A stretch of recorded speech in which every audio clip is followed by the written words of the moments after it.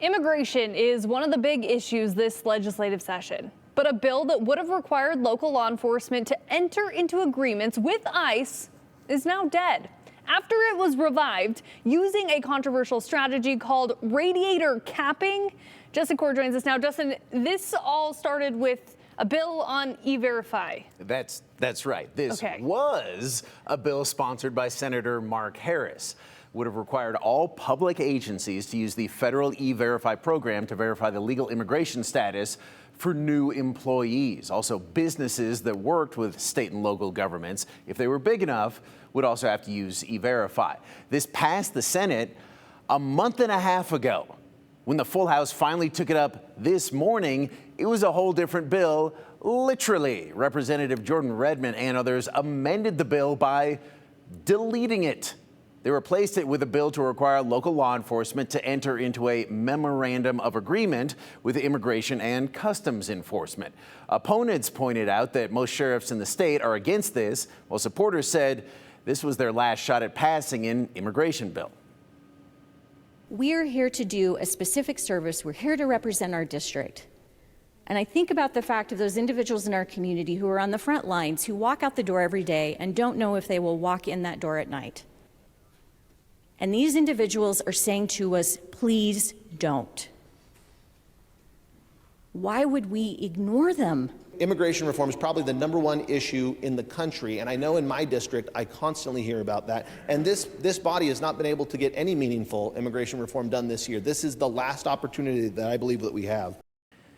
And it's because they felt that need to pass some sort of immigration reform that they radiator capped this bill. Radiator capping is something my colleague Cooper Morgan talked about yesterday. To explain it further, let me use some visual aids.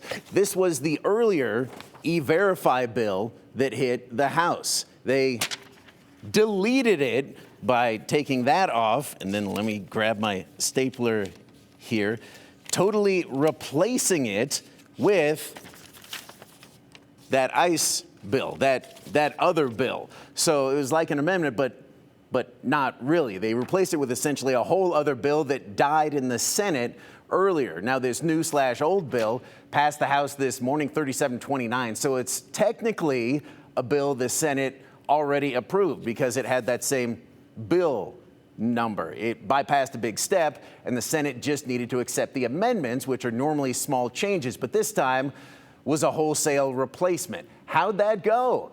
Let's hear from Senator Harris, the sponsor of the original bill.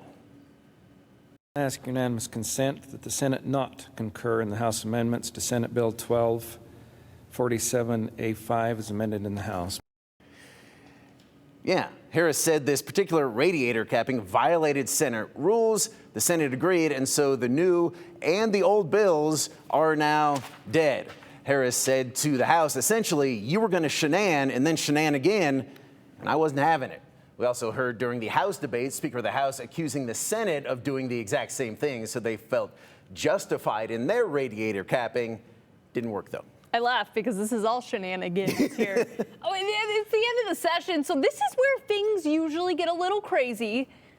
100%. Yeah. Yes, absolutely. They suspend rules all the time. They'll speed stuff through, but talking to some other people who have been through the final days of sessions before, and this seems to be on a whole other level, Hunter. We keep hitting the whole other level this session. Yes. I gotta say, there's a lot of times we've said that. Another unprecedented session. People looking forward to a precedented session at this point. Yeah, that'd be nice. All right, Justin, thank you.